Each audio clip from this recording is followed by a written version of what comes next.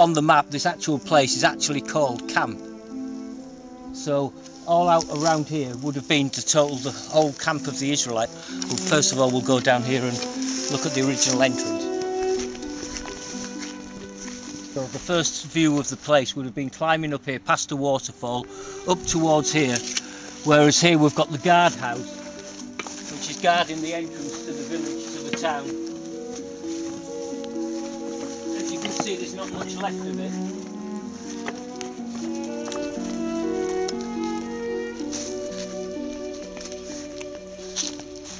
The thing that I first noticed about this is the individuality about each building.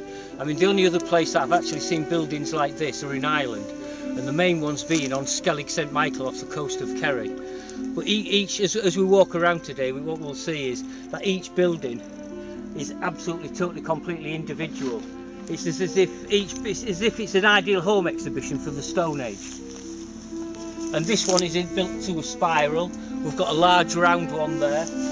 As we move further down here, we've got a square one, and then we've got another smaller round one.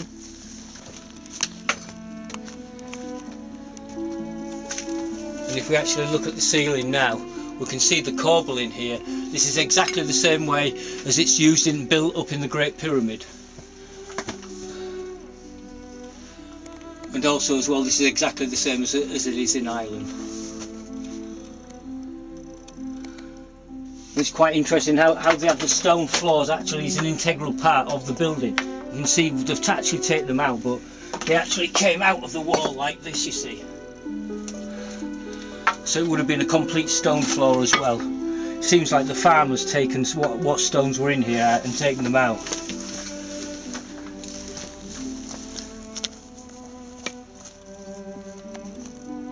Every equinox, on the spring and autumn equinox, when the sun rises, it actually climbs up Guardhouse. And where we're going to next, we're going to a tumulus over here, which is getting more towards Coustaussa. But you can see the other huts over there.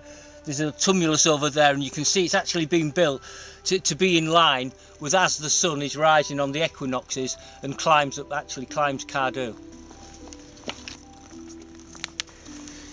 This is a tumulus for the village of Carsag.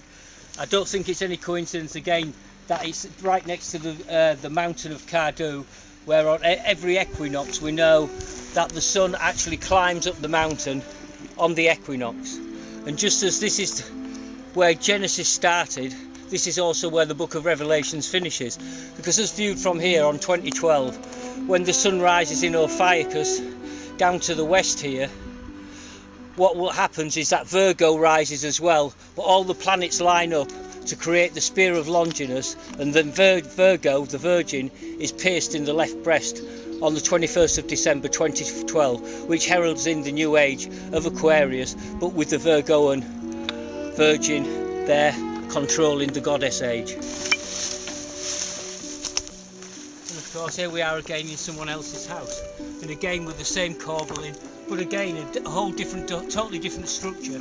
And again this time it's actually been built into the wall, so it's an integral part of the whole structure, the wall and the house. And if you actually look along there, look at the thickness of the walls. I mean, these must have been used as a windbreak for the grapes, for the vines. Why I brought you here to this one is that we've got the beehive structure again, but it's just solid stone. There's no entrance into it or anything. But when you actually look all the way around it, there's absolutely no entrance into it.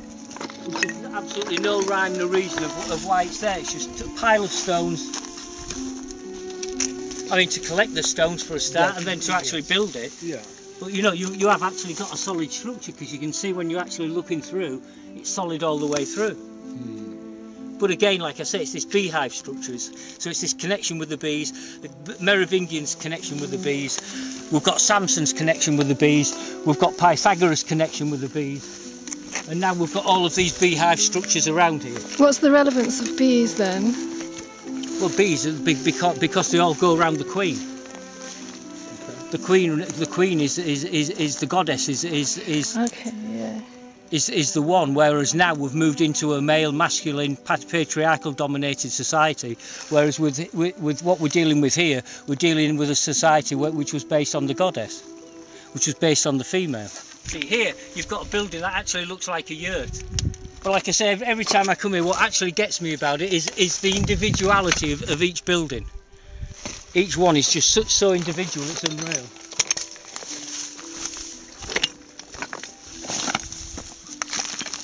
Also as well, I mean, there's no secret about Rhedae. We've got Rennes le Chateau over there. Everybody talks about Rennes le Chateau and Rhedae, but I mean, this makes total sense. This was a city. This was a city with drainage. This was a city with planning. So this has to be Rhedae. This is an interesting building up here. You rediscovered a lost city. Exactly. You see the roof? Yeah. How it's coned up. And again, when we get inside, we can see that same corbelling that's gone on, and that's kept this in place for centuries. This is not haphazard.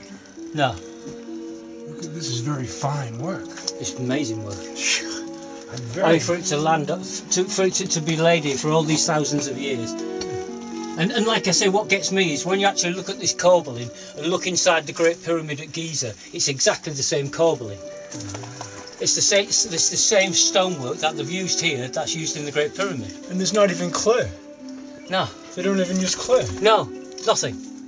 This is phenomenal. It's just totally, completely dry stone wall. But like I say, you can go anywhere in Ireland, Scotland, Wales, Cornwall now, and you still can actually see this work done, but it's in dry stone walls. You just don't build houses like this anymore. With this one, we can see all the other structures would originally have had these big stones on the top. This is about one of the only ones that's still actually got them left. The churches here, you've got Cuisa, Coustaussa, Cassagna, Peyrols and Serres. These are the wings of Cygnus. When we get to the centre of the city there, the whole body and neck of Cygnus carries up to the standing stone at Saint-Silver, the church at Saint-Silver, the standing stone down here which is called Roc Blanc, and the church at Rennes le Chateau, Rennes le Ban, sorry. And all of these churches and standing stones go to create Cygnus on the ground. And what's Cygnus? And Cygnus is the swan, of course. Remember with Shakespeare it was the Swan Theatre. And of course the swan used to be the bird that carried the souls up to the Milky Way. So we've actually got down on the ground Cygnus in the sky. So when the people are buried in the ground here, their souls are then going to be carried by Cygnus up to the Milky Way, so they can be brought back down to be reincarnated. And the River Ord is actually the Milky Way. So the Ord River is a mirror image of the Milky Way. So as above, so below. Each of the villages, Esperance, Far, Rouvenac, Keon, Campansord, all of these are all part of the star constellation Ophiuchus, but on the ground. So every village around here is connected with a star above in the sky. That's why this place has such an energy and such a feel about it. Of course, in the background here we've got Cardou and we've got Bougarash as well, the two sacred mountains. Yeah, we're going to be visiting the temple right in the centre of the city over there at the moment. But the whole area, the whole part of the Ord is an open air temple. I mean, when you're going down to the valley at Rennes le Ban with all the 3 degrees, Rennes le Chateau, when you go over to the tower at Far, the whole area is sacred. The whole area is a temple. And as I said, when you've got the Ord River flowing through this temple, which is the Milky Way, this connects the temple here with the temple of the heavens. Can you see here, Susie, how it's been paved? And you can see on both sides that this is the old road into the centre of the city. Into the centre of the camp of the Israelites.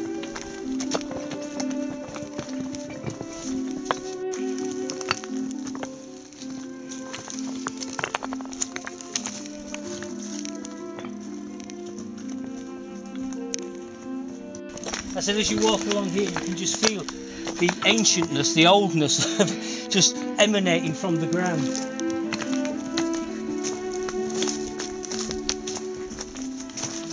And here we've got a building. Now this would have been the house of the tiler. This is the guard to guard the temple.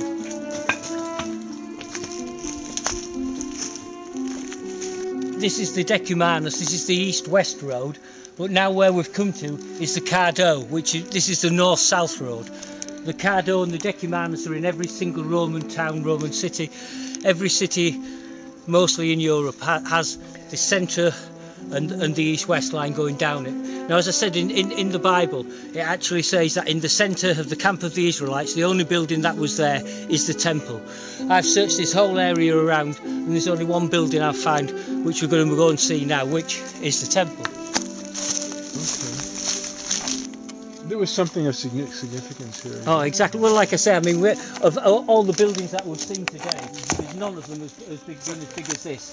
I mean, as you're walking down the avenue there, it feels like a sacred way, doesn't it? Yeah. It has this feel of a processional way as well. Because I mean, you only could get about 3 people wide, walking 3 or 4 people wide walking down there.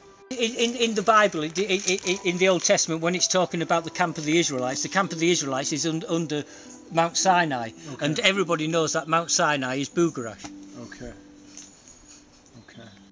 Again, I just love how peaceful this place is. It's just... This is... my ears are rejoicing. It's nice. So these were peace-loving people. They weren't warriors. No. All the places I've walked around here, I've never felt any kind of aggression or anything like that. Everything has felt so kind of calm and peaceful. You know, like I say, as if there was, you know, some kind of priest astronomers. Yeah. I love this place.